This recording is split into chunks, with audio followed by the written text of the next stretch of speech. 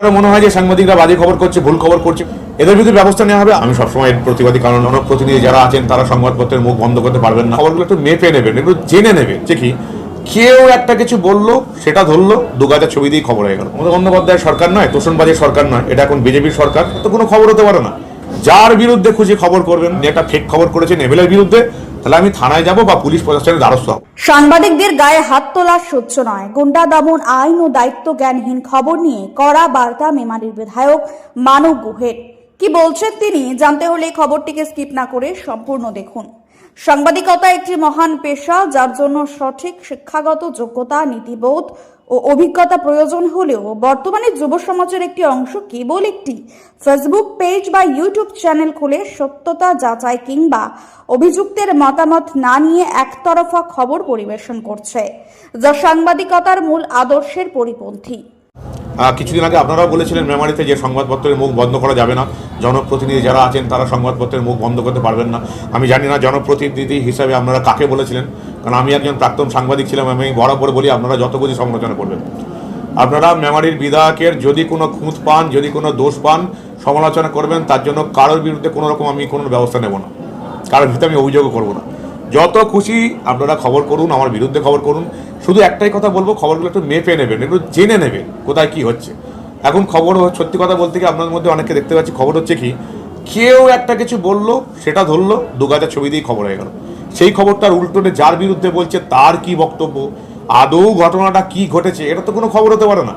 একটা লোক যদি একটা মন্তব্য করে, সেটা আপনি চালিয়ে দিলেন, এই হচ্ছে মেমারির খবর, নিজে দু লাইন লিখে দিলেন, সেটা কি খবর? আপনারা বলুন না। যে কেউ তো যা খুশি বলতে পারে, যার নামে খুশি বলতে পারে, সেটা চালিয়ে দিয়ে আপনারা তদন্ত করে দেখুন, বা যার বিরুদ্ধে খবর হচ্ছে তার একটা মতামত নেওয়া দরকার, সেটাও তো হওয়া উচিত না। পাশাপাশি সাংবাদিক হেনস্থায় রাজ্যে নতুন গুন্ডা দমন আইন কার্যকরের সিদ্ধান্তকে পূর্ণ স্বাগত জানিয়ে মেমারির বিধায়ক মানব গুহ কড়া বার্তা দিয়ে বলেন, যেহেতু আমি নিজে একজন সাংবাদিক, তাই সাংবাদিকদের সুরক্ষায় এই গুন্ডা দমন আইন চালু হওয়া অত্যন্ত স্বস্তি। রাজনৈতিক জীবনে আসার অন্যতম উদ্দেশ্যই গুন্ডা রাজের অবসান ঘটানো।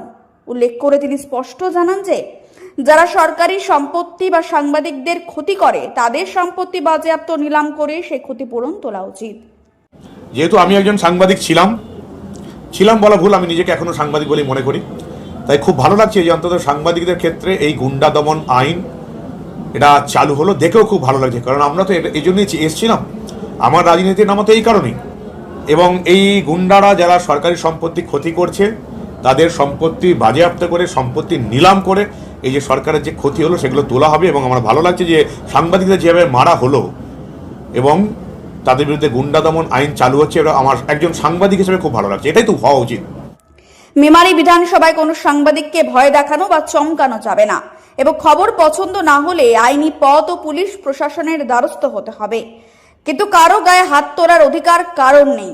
পাশাপাশি দায়িত্ব জ্ঞানহীন ও ভুয়ো খবর পরিবেশনকারীদের সতর্ক করে তিনি বলেন, যে কোনো একটা মন্তব্য শুনে দুটো ছবি দিয়ে দু লাইন লিখে দিলেই তা খবর হয়ে যায় না। যার বিরুদ্ধে অভিযোগ, তার মতামত নেওয়া ও নিরপেক্ষ সত্যতা জানা অত্যন্ত জরুরি।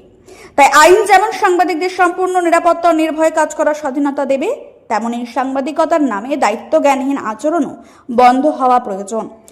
সাংবাদিকদের গায়ে কেন হাত দেবে? আমি আবার আপনাদের প্রত্যেককে বলছি, আপনারা যেমন খুশি খবর করবেন, যার বিরুদ্ধে খুশি খবর করবেন, তার যদি খবর পছন্দ না হয় বা তার যদি মনে হয় যে আপনি ভুল খবর করেছেন, সে সোজা থানায় অভিযোগ করবে, পুলিশ প্রশাসনের দ্বারস্থ হবে। কেউ অন্তত আমার বিধানসভাতে এই মেমারির মধ্যে কোনো সাংবাদিকের গায়ে কেউ হাত দেবে না বা কেউ চমকাবে না।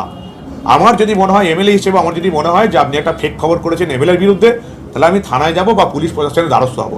আমি তাকে চমকাবো না বা তার গায়ে 25টা ছেলে পাঠিয়ে তাকে মারধর করাবো না। আপনারা নিশ্চিন্তে খবর করুন। তবে যেখানেই সাংবাদিক নিগ্রহ হবে, সাংবাদিকদের গায়ে হাত তোলা হলে আমি তার বিরোধিতা করব।